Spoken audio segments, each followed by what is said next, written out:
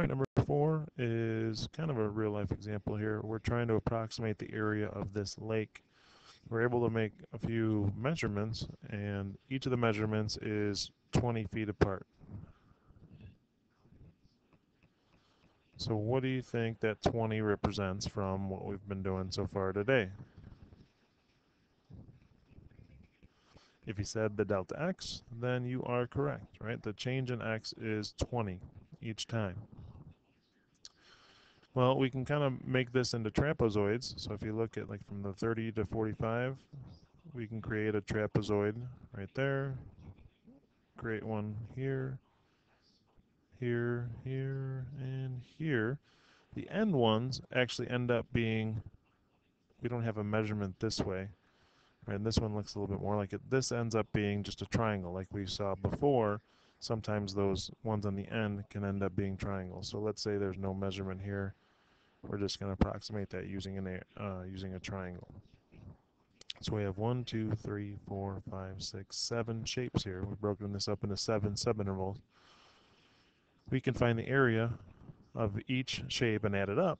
So you can just do each one and add them all up. But we have that little shortcut, that formula that we used for the other ones that we can use here. We have 1/2 times delta x, which in this case is 20, times this right here, f of 0 is 0. Right? We don't have a measurement there.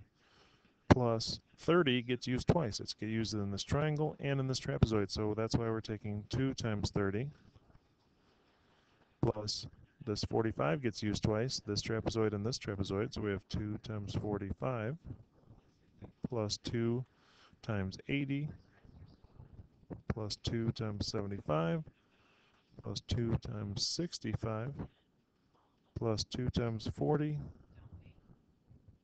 plus 0, right, that end one. So notice that each one of these here, the 30, 45, 80, 75, 65, and 40, get used in finding the area of two different shapes. They're bases for each of the two shapes that they border. Now, if we go ahead and add all of those up, that's going to give us an approximation for the area of that lake, and that should come out to be 6,700.